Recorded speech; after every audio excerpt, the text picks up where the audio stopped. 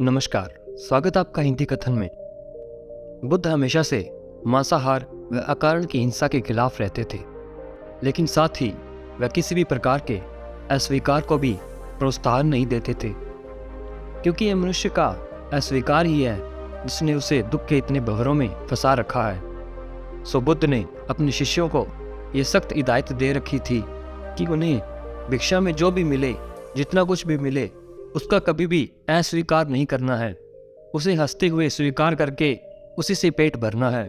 अब एक दिन ऐसा हुआ कि बुद्ध का एक शिष्य बड़ी दुविधा में फंस गया। हुआ यह कि उसके भिक्षा पात्र में आसमान पे उड़ती हुई एक चील के मुंह से फिसला मांस का टुकड़ा आ गिरा। अब बुद्ध यूं तो अकारण के मांसाहार के विरोध में थे, सो वह तो ग्रहण किया जा नहीं सकता था, लेकिन बुद्ध अस्वीकार भी पसंद नहीं करते थे। कुल मिलाकर मामले ने वाकई पेचीदगी पकड़ ली थी।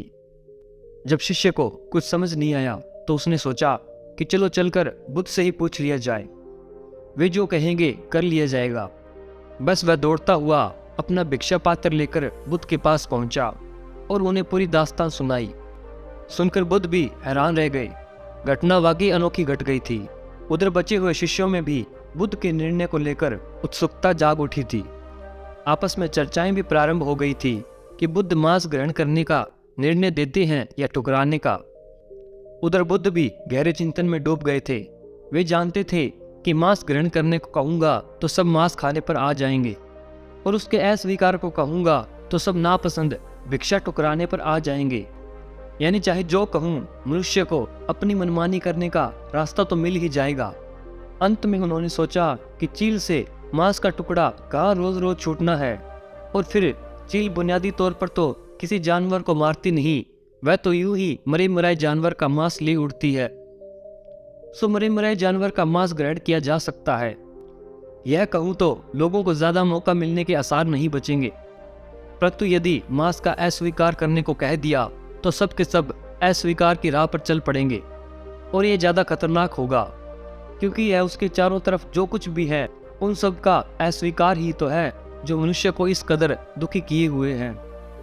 सो बस मरे मराए जानवर का मांस ग्रहण करने में कोई बुराई नहीं कहकर उन्होंने अपना फैसला सुना दिया। अब बुद्ध ने तो अपनी ओर से पूरी कोशिश की, परंतु मनुष्य तो मनुष्य है।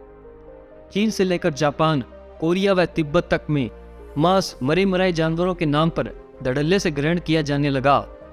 सबके सब देश बुद्ध के अनुयायी भी हैं और पूरी तरह मांसाहारी भी हैं। बस यही मनुष्य का कमाल है। सवाल यही कि आपको जो करना है करो, कौन रोकता है, परंतु अपनी इच्छा को बुद्ध के नाम पर मत चरखाओ।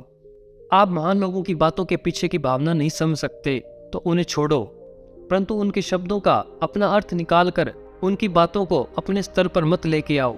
बुद्ध, मोहम्मद, कृष्ण, क्राइस्ट या कबीर ने जो कुछ भी कहा वह करना जरूरी नहीं, न करे तो इसका कोई नुकसान भी नहीं, परंतु उनकी बातों के अपने मतलब के अनुसार अर्थ निकालने के बड़े घाटे हैं।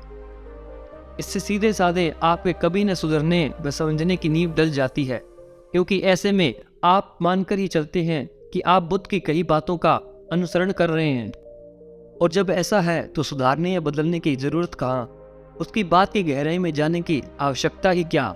बस आज की तारीख में यही हाल सारे धर्मों, उनके ठेकेदारों और उनके अनुयायियों का हो चुका है। महापुरुषों की मूल भावना तो लोग कब की दफना चुके हैं। अब तो सिर्फ उनके शब्दों का अपने अर्थों में डालकर अपनी मनमानी करते हुए धार्मिक व पवित्र होने के गुमान में जी रहे हैं।